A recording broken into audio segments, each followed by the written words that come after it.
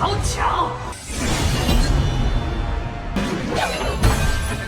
Hello दोस्तों, आप सभी का स्वागत है एनीमे की इस दुनिया में। तो इस एपिसोड की स्टार्टिंग गिला को दिखाने से होती है। वो एक बेंगर जैसी जगह पर आ गया था। उसके पास ही में जनरल मैन भी बैठा हुआ था। तो वहीं गिला को देखकर जनरल मैन कहता है कि मुझे तो लगा था कि तुम मारे गए, और इतना कहकर वो दूसरी तरफ जाने लगता है। तो गिला रेड को उठाकर सोचता है कि ये जगह काफी अजीब है, मेरी स्किल्स यहाँ पर काम नहीं आएगी। तभी जनरल मैन उसे आवाज लगाता है, ओए इधर आओ। और जब गिला उसके पास जाता है तो उसकी आंखें चौंधिया जाती है, क्योंकि सच में ये पूरी जगह खंडहर से कम नहीं होती है। जिसके बाद वे दोनों उस खंडहर सी बनी सिटी में गुजरने लगते हैं, मगर तभी उनकी नजर वाइन टोर्नेडो पर पड़ती है, जिसे देखकर उन दोनों को समझ आ जाता है कि वे लोग वाइन किंग के लैंड पर आ गए हैं। वे लोग सोचते हैं कि हमें जल्दी यहाँ से बाहर निकलना होगा, मगर तभी वे लोग कुछ अनजान क्रिएचर्स को वाइन टोर्नेडो से डरकर भागते हुए देखते हैं, जिनमें से एक को गिला तुरंत अपनी वाइन से पकड़ लेता है। हैरानी की बात तो ये थी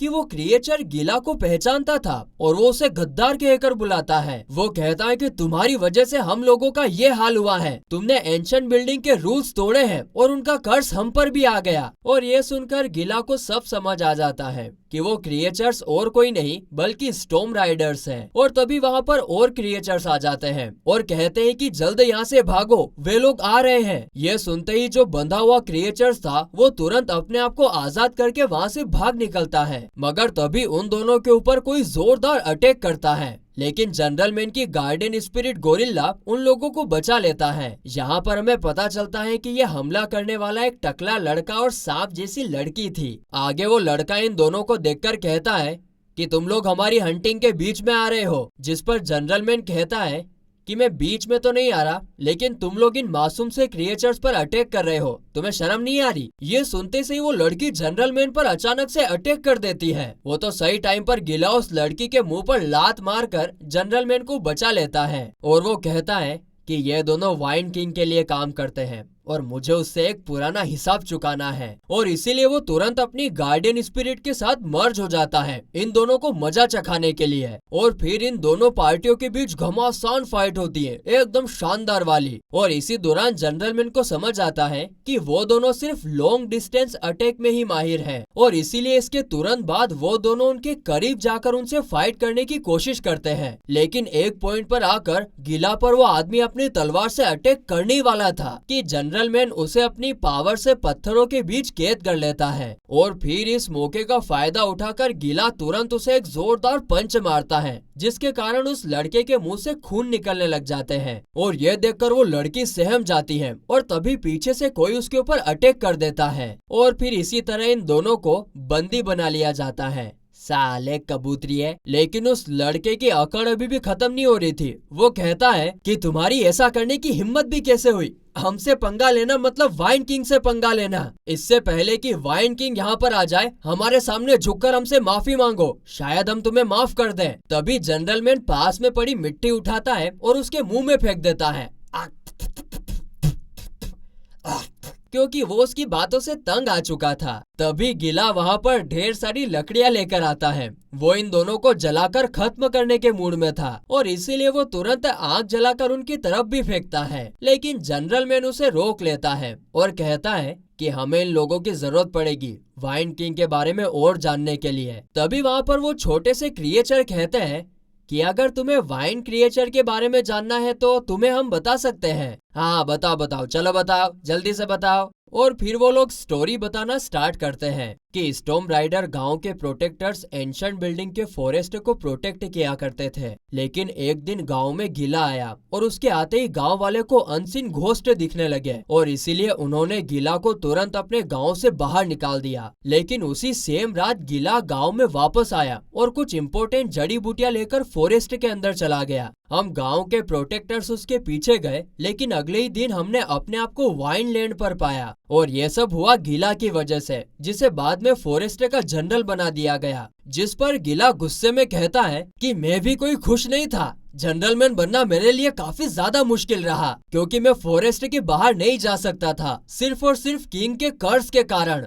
आगे जनरल मैन उनसे पूछता है कि और तुम्हारे हेड प्रोटेक्टर का क्या हुआ, जिस पर वो क्रिएचर कुछ कहने ही वाले थे कि तभी सीन कट होता है और हमें मून किंगडम दिखाया जाता है। इधर भी यान जमीन में से निकल रहे कीड़ों से फाइट कर रहा होता है, लेकिन उन कीड़ों की तादाद बढ़ती जा रही थी और इसीलिए आखिर में वो अपनी गार्डियन स्पिरिट का यूज करके हाइब्रिड स्पेल की मदद से एक साथ जमीन में से निकल रहे सभी कीड़ों को ढेर कर देता है और कहता है कि तुम जो भी हो डरपोक की तरह छुपना बंद करो और सामने आओ।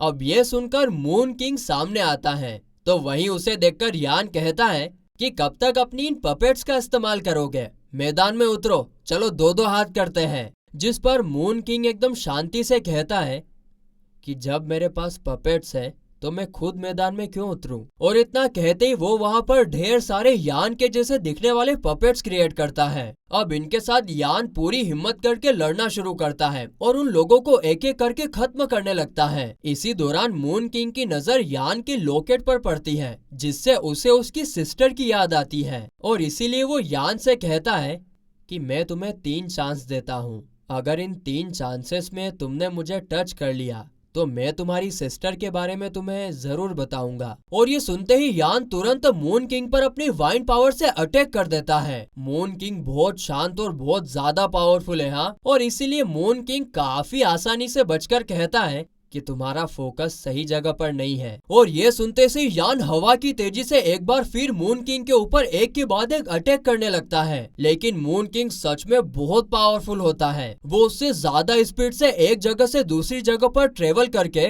यान के हर एक अटैक से बचते जा रहा था। अब ये सब देखकर यान काफी ज्यादा चिढ़ जाता है और उसे बहुत ज्यादा गुस्सा आता है और इसीलिए वो अपनी गार्डियन स्पिरिट की फुल पावर का यूज करके मून किंग पर थंडर पावर से अटैक कर देता है। लेकिन इससे भी मून किंग पर कोई असर नहीं होता है क्योंकि उसका प्रोटेक्शन वॉल काफी ज्यादा हार्ड होता है। और उसकी वाइंड पावर को देखकर मून किंग कहता है कि तुम जरूर स्टॉर्म राइडर के गांव से होंगे, जैसे तुम्हारे पूरे गांव को खत्म किया है वैसे ही तुम्हें भी खत्म कर दिया जाएगा। और ये सुनते से एक बार फिर यान मून किंग पर अटैक करने के लिए आगे बढ़ता है, लेकिन क्योंकि उसके 3 चांस पहले ही खत्म हो चुके थे इसीलिए मून किंग ढेर सारी तलवारों से उसके ऊपर अटैक कर देता है। यान उनसे बचने की बेजोड़ कोशिश करता है, लेकिन ये तलवारों की स्पीड काफी ज्यादा तेज थी, जिसके कारण एक तलवार उसके लॉकेट को ही काट देती है, जिसे मून किंग तुरंत पकड़ लेता है और कहता है कि इसके जैसे 2 पेंडेंट हैं जो एक दूसरे की तरफ अट्रैक्ट होते हैं,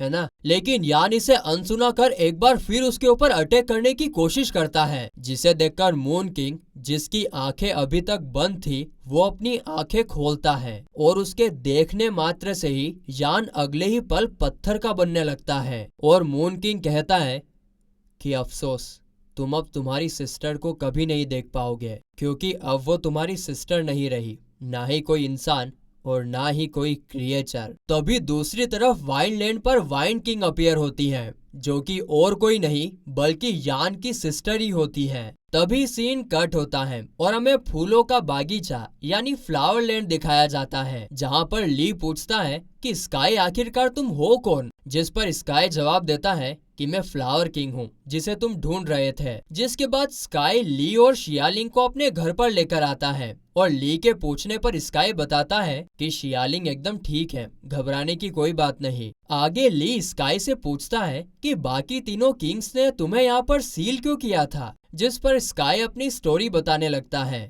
कि वो और बाकी तीनों किंग्स एक एंशिएंट मिथिकल बीस्ट है। हमें अपनी पावर्स का यूज करने के लिए ह्यूमंस की बॉडी में दाखिल होना पड़ता है और मेरा यही काम था। मैं ह्यूमंस को अनकॉन्शियस करके उनकी मेमोरीज को सील कर देता था, जिससे किंग्स उनकी बॉडी को पूरे के पूरे तरीके से यूज कर सकते थे। एक दिन एंशिएंट बिल्डिंग पर कुछ लोगों ने कब्जा करने की कोशिश की थी, जिन्हें चारों किंग्स ने मिलकर खत्म कर दिया, लेकिन उनमें से एक लड़की जिंदा बच गई। स्नो किंग को उसकी बॉडी चाहिए थी और इसलिए उसने मुझे उसकी मेमोरी को मिटाने का कहा, लेकिन वो लड़की काफी ज्यादा यंग थी और उसकी स्पिरिट को मैं अपने साथ रखने वाला था और इसीलिए मैं उसके साथ ऐसा नहीं कर सकता था। मगर स्नो किंग ने मेरा माइंड रीड कर लिया और मुझे यहाँ पर सील कर दिया। अब तक यहाँ पर शियालिंग भी आ चुकी थी, जिसे देखकर स्काई कहता है कि तुम लोगों को अब यहाँ पर नहीं रहना चाहिए, यह जगह काफी खतरनाक है। वो उन लोगों के लिए एक गेट ओपन करके वापस एंशिएंट बिल्डिंग के बाहर भेजने का डिसाइड करता है, लेकिन तभी ली और शियालिंग इसके लिए मना करते हैं क्योंकि वो लोग यहाँ पर उनके दोस्तों के साथ आए थे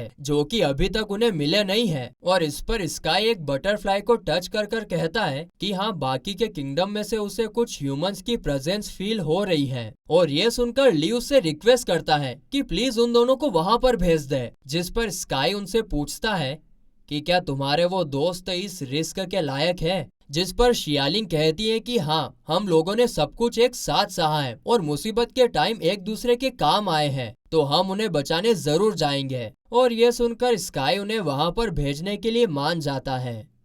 और फिर गाइस, इसी के साथ यह एपिसोड यहीं पर खत्म होता है।